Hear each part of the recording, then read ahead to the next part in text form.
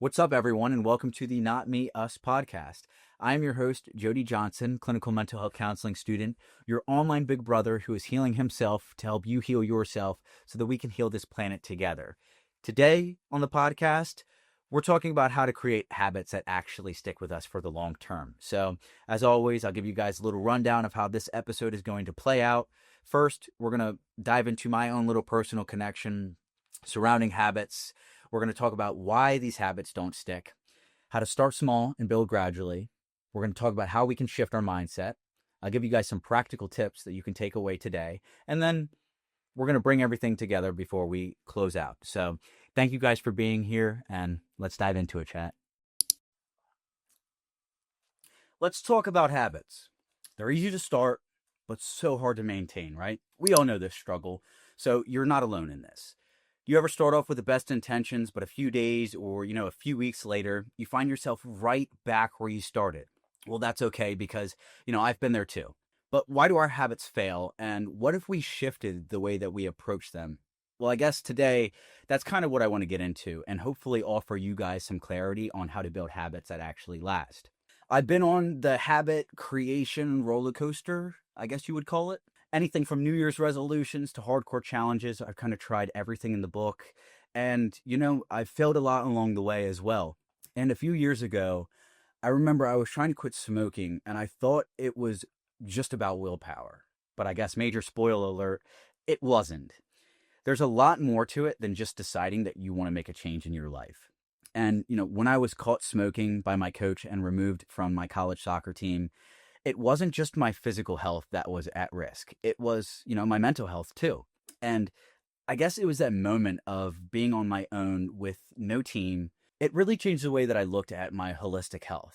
And I guess now here I am a few years later, having abstained from smoking, weed, and cigarettes for over 76 days now. And it's been a journey. So today, I want to share how I actually got here and how you can create habits that last too.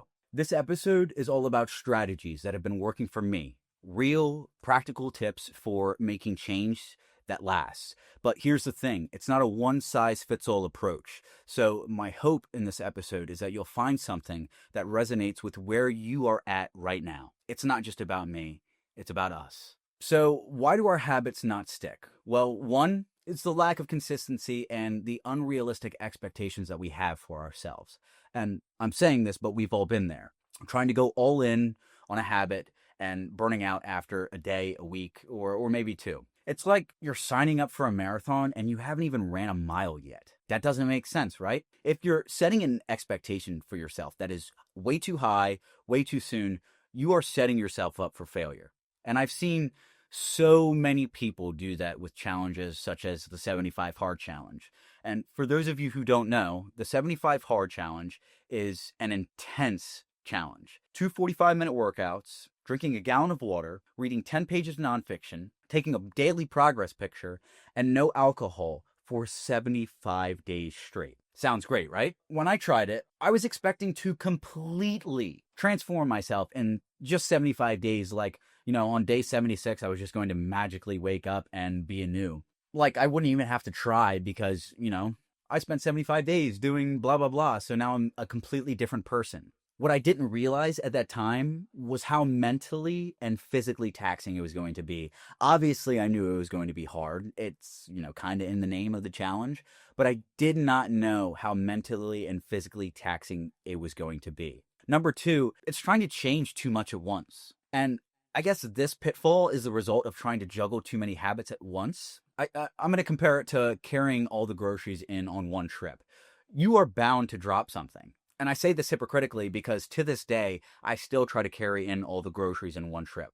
So yeah, I've been there. Analyzing every possible habit to adopt instead of really starting anything. And essentially, you end up doing nothing. This is what we call analysis paralysis. When you have all of these possibilities, all of these options in front of you, all of these things that, you're wanting to change, but it's overwhelming and you end up doing nothing at all. That's analysis paralysis. But, the key is truly starting small. If you start with too many things, it's easy to get overwhelmed and quit. Number 3, negative associations or pressure. there's this pressure that we put on ourselves. We sometimes frame habits as if, they're punishments, something that we dread. And I've obviously been guilty of that with, numerous challenges that I've done.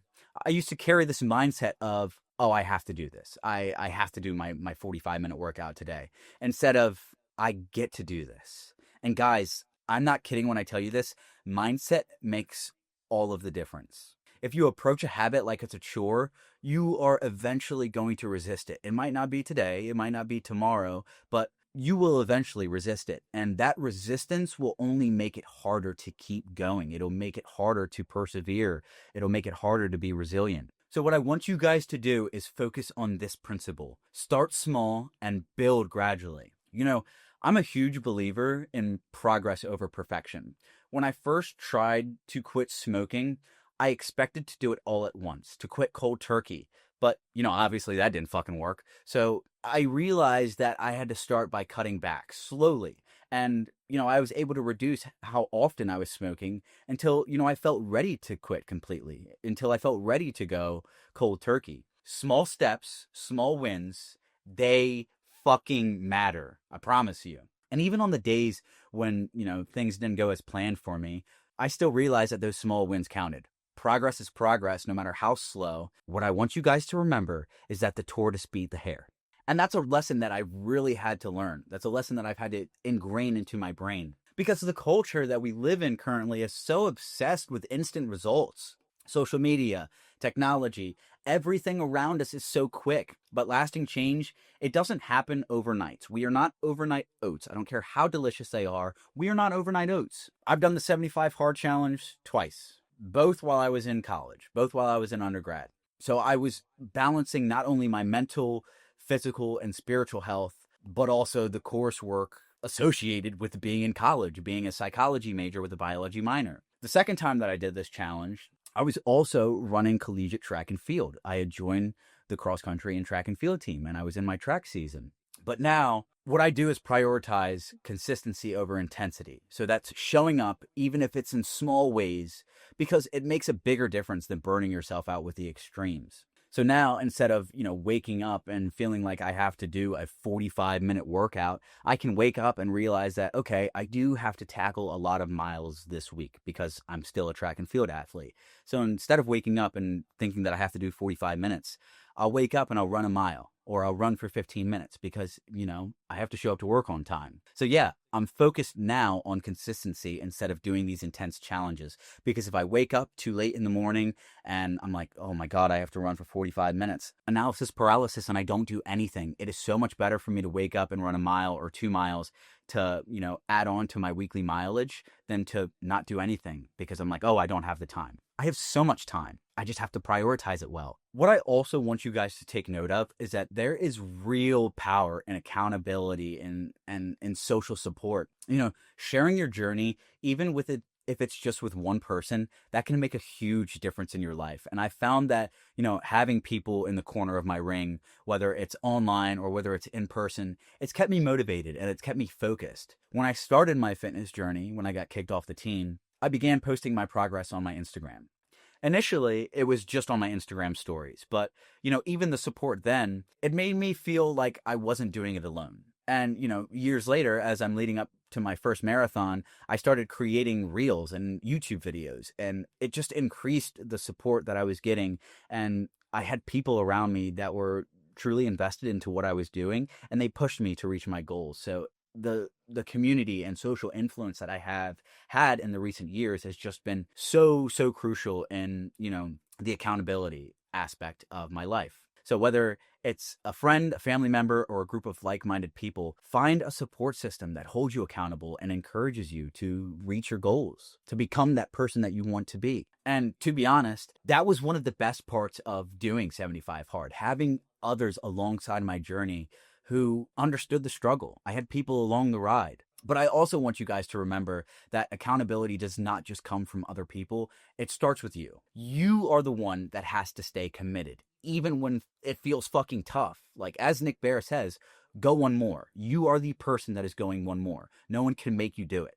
You're the one who laces up the shoes and gets out the door, no matter how long you looked at those shoes before you went out for your run.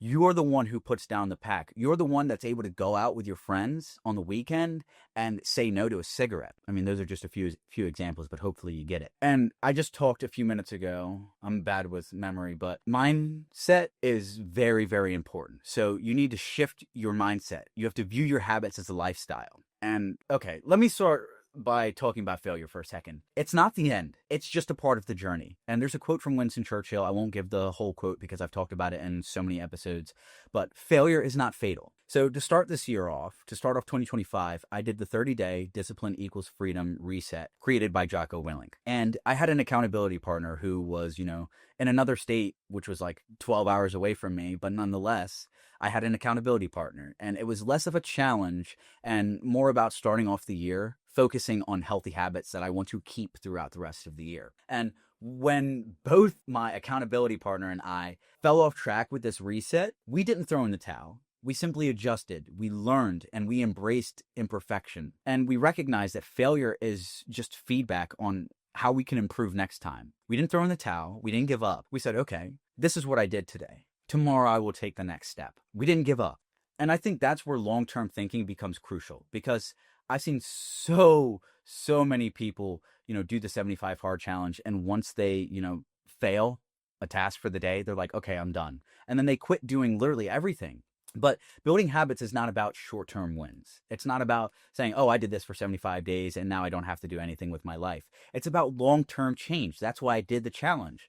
So when I did 75 days hard challenge, I realized that the real success, it doesn't come in one big leap.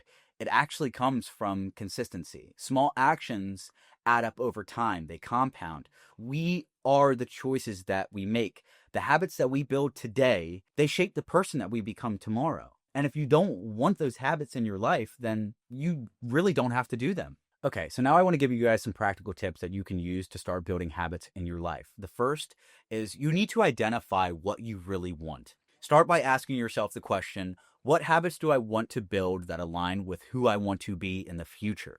It's crucial. This isn't just about quick fixes. I am not here to sell you anything. It's about what is truly going to make you feel better physically and mentally down the road, years from now, whatever.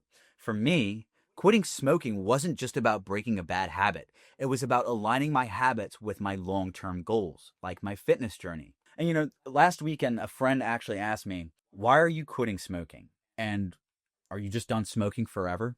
Well, I quit smoking because it doesn't currently align with my running goals.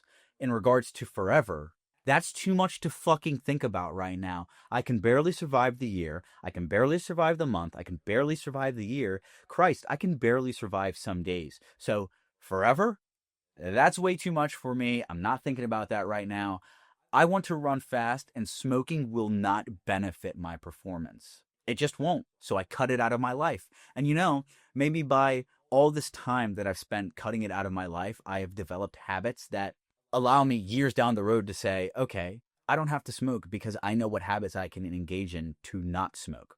Number 2, take action every day. The most important thing that you can do is to take action, no matter how small. If you want to start a running habit, don't focus on running a marathon. Just take a walk, then a jog, then a run. This is what I tell people when they ask me about running tips, because I'm not a running coach. I'm definitely not that. Start small. The goal is not perfection. It's about showing up consistently. Consistently. Number 3, track your progress and please celebrate your small wins, for God's sake. And, by tracking your progress, even the tiniest milestones, it's helped me stay focused. When I was doing 75 hard, sorry that I'm talking about it so much, but writing down my daily reflections and seeing my progress in real time, it really motivated me to keep going. And it still motivates me now when I reread journal entries from years ago, 2 years ago. And honestly, some of them make me cry because there were some days where, I really did not want to be here on this earth anymore. And I still decided to show up for myself, wrote some really, really emotional things. And I decided that I was going to show up for myself on those days. I'm not talking about this anymore because I'm getting emotional. Anyways, okay. So here's what we covered today, chat. Start small. Build gradually, stay consistent, find accountability, and focus on progress, not perfection. And remember that building lasting habits is a marathon, not a sprint. Every step that you take today is a step closer to the person that you are becoming. You have fucking got this. I know you do. What is one small habit you're going to start today? Maybe it's just drinking a glass of water before breakfast or taking a 5-minute walk in your day. Start with something simple and build from there. You don't need to go out and run a marathon today or swim 2 miles. You don't have to do the craziest shit you can fucking think of. Start small. And what would actually happen if in this moment you decided to show up for yourself, no matter how small or imperfect that step is? And I want you guys to really sit with that thought. Reflect on the habits you're already working on, and maybe you're still struggling. It's okay if things aren't perfect. Remember that progress is the goal, not perfection. So whether it's taking a deep breath, journaling, or having a heart-to-heart with someone you trust, check in with yourself and with where you're at. Your journey matters. You are just as human as I am. You're just as human as the person sitting in front of you. You're just as human as every single person who is listening to this currently right now. No matter how it looks or how it feels right now, you matter. You are important. You are a fucking human being. I don't care what race, religion, ethnicity, sexual orientation. I don't care about any of that shit. You're fucking human and you matter. I've run out of orange juice. But anyways, if you feel comfortable, I'd love to hear how you're doing with your own habit building journey. Connect with me on Instagram or drop a comment wherever you're listening. I've loved hearing from you all. And it's been so encouraging to know that we are truly in this together and to know that it really is not me, us. So hit me up on Instagram at Not Me, Us, a podcast, or join the conversation on YouTube, Jody MF Johnson. I wonder if you guys know what MF stands for. Thank you again for being here and for actually letting me share this space with you, even though it's my space. But in this episode, it is our space. If this episode is one that spoke to you, please take a moment to rate, review, or share it with someone who could use the little encouragement right now. I know times are hard, but hopefully as the spring of deception is currently out, you guys are able to get some vitamin D in that is going to nourish you and your soul. But don't forget about your magnesium, because your vitamin D will not metabolize without magnesium. Anyways, let me stop being a nerd. Your support helps the show grow and reach more people who need these reminders too. So, these small little things that you can do for me really help the show grow. You're part of the Not Me, Us community, and you're never alone in your journey. You don't need to have it all figured out. You just need to take that next step, no matter how small. To be honest, that's more than enough. So until next time, remember, you fucking got this. Au revoir.